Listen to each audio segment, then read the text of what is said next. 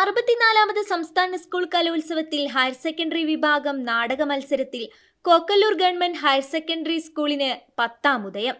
കുരിശ് നാടകത്തിന് എ ഗ്രേഡും മികച്ച അഭിനേത്രിക്കുള്ള ജൂറി സ്പെഷ്യൽ അവാർഡ് നാടകത്തിലെ വീട്ടമ്മയായി അഭിനയിച്ച അശ്വിനി അജീഷിനും ലഭിച്ചു.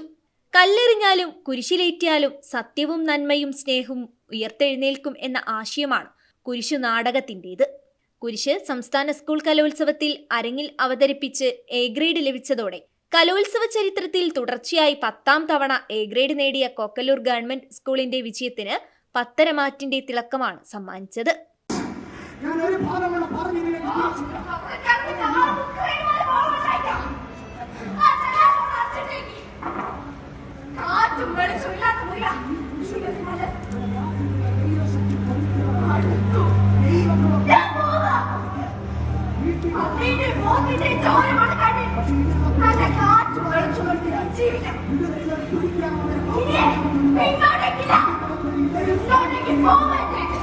നാടകത്തിൽ ഷൈനി എന്ന വീട്ടമ്മയുടെ കഥാപാത്രത്തെ അവതരിപ്പിച്ച അശ്വിനി എസ് മികച്ച അഭിനേത്രി special jury അവാർഡിനും അർഹയായി.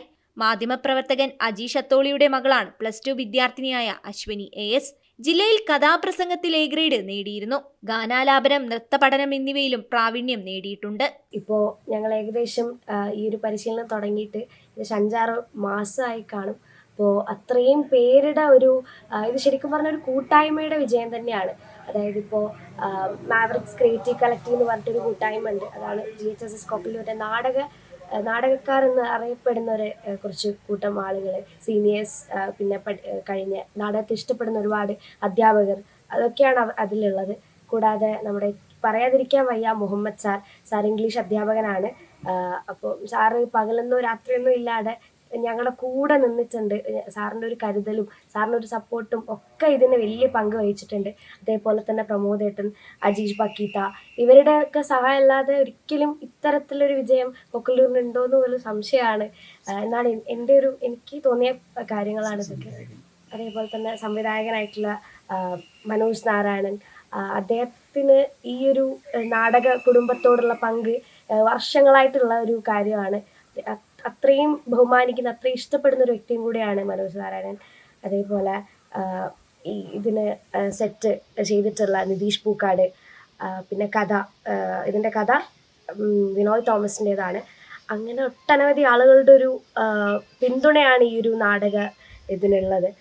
LS Sumana, AS Ashwini, ഗൗതമാദിത്യൻ, SG Gauri Parvathi, JS Vaishnavi, RP Ghanshyam, Sahaj Vinod, Shriya Lakshmi Sreejith, JS വേദിക, S വേദ രാജീവ് എന്നിവരാണ് മറ്റ് അഭിനേതാക്കൾ.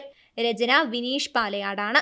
ആർട്ട് സെറ്റ് ഡിസൈൻ നിതീഷ് പൂക്കാടും, വസ്ത്രാലങ്കാരം ജെയിംസ് ചങ്ങനാശ്ശേരിയും, സംഗീതം സത്യജിത്തും നിർവഹിച്ചു.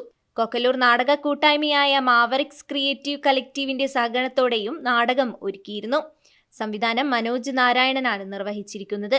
കോക്കല്ലൂരിന്റെ നാടകഭ്രമം ഇവിടെയും അവസാനിക്കുന്നില്ല. അടുത്ത കലോത്സവ വേദിയിലും കാണാമെന്ന പ്രഖ്യാപനത്തോടെയാണ് മത്സരാർത്ഥികൾ മടങ്ങിയത്.